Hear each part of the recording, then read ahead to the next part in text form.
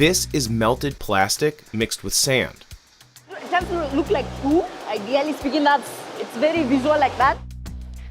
And it becomes as hard as concrete once a hydraulic press squeezes it into shape. A company in Nairobi wants to install these plastic bricks on streets across Kenya's capital.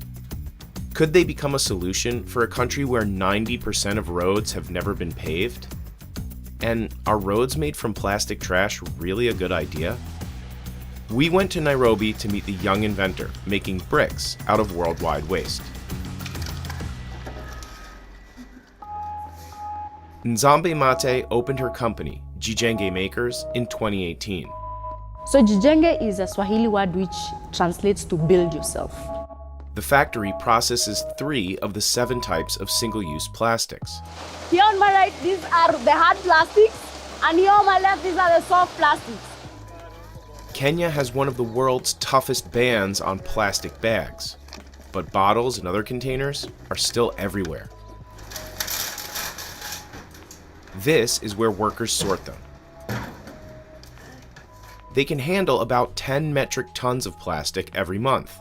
So this is the guy who starts our production. Without him, we are nothing. So big up. Vinny operates the crusher, which pulverizes plastic into small pieces. Just crushes it very loud. Workers fold the dry mix together with a shovel. Depending on the color you want, this is a stage at which you put the color pigment. And then after that, it's fed on the extruder. This machine heats the plastic and sand mixture until it's soft enough to mold. This is one of my proudest moments as a person, as a team member, and also as the founder of Jijenge. So what you see here, the machine and all the others, we fabricated here in Jijenge. It is mixed together at very high temperatures. So it ranges anything from 300 to 400 degrees centigrade, where it mixes that plastic and sand and forms a gooey, like a dough-like material. And that's what we make the brick with. Each lump of the mixture is weighed by hand. People say the smell is something like new asphalt on a hot day. So the brick currently Joseph is producing is a 1.3 kilogram. So that's what he's measuring. He's measuring 1.3 kilogram of the mixture. This hydraulic press can squeeze 9 bricks at a time. Ideally speaking, it's like baking a cookies. And this here is Lawrence. He's the guy with the magic touch, so I'll let him do his thing. At this point, the bricks need to cool, so they can harden at room temperature. So here's the curing bay. So once we take from the hydraulic press, we feed it in the curing bay, and then after like about 2 to 5 minutes, you have a finished product. Many bricks come off the press with jagged edges. A worker breaks them off on a large stone before adding the finished bricks to a stack. For now, Jijenge's output is modest. We need to increase our production to mass produce what we are doing currently. Right now we are doing like around 1,500 blocks a day. That's about enough bricks to cover a courtyard, like the one at this community center. For me, I think the price is cheaper and affordable compared to other materials used to make pavements. A pallet of 400 plastic pavers can sell for up to $150, depending on thickness. The company says that's about 25% cheaper than bricks made from concrete.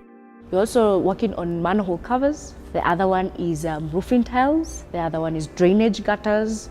And also in addition to that, we're targeting also to improve and optimize the technology. Because I get the feeling we are only doing like a really small portion of it, and there's so much potential that this technology has that we are yet to realize, and this is just the beginning. Turning waste into pavement is an idea that's already caught on in other countries.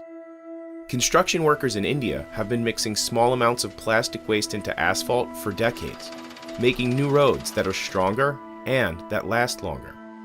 But experts say these innovations may increase the amount of plastic released into the environment. Roads are subject to constant abrasion. We drive on them, right? And so roads are actually the primary source of microplastics in the environment. Even on pure asphalt roads, the paints used to make lines contain plastic, and particles rub off the tires on vehicles every time they dry. Now, if we build the entire road out of plastic, or even part of the road out of plastic, that is going to be more abrasion of plastic and more microplastics going into the environment. In recent years, researchers have found microplastics in nearly every sample of our food, drinking water, the air we breathe, and even inside our bodies. Tangri says that any solution that doesn't focus on decreasing the amount of new plastic going into production lets the people who created the problem off the hook. The petrochemical industry would like nothing better than to say we can put it all into roads or we can do something else with it. Still, roads made with plastic are cheaper, mainly because they require less asphalt. And they make good use of plastic that would otherwise end up in places like Dandora, Nairobi's only official landfill. The cars that bring these plastics are more every day, they come every day. It reached full capacity 20 years ago, but new garbage keeps coming in. As you can see, most of the waste here is plastic waste.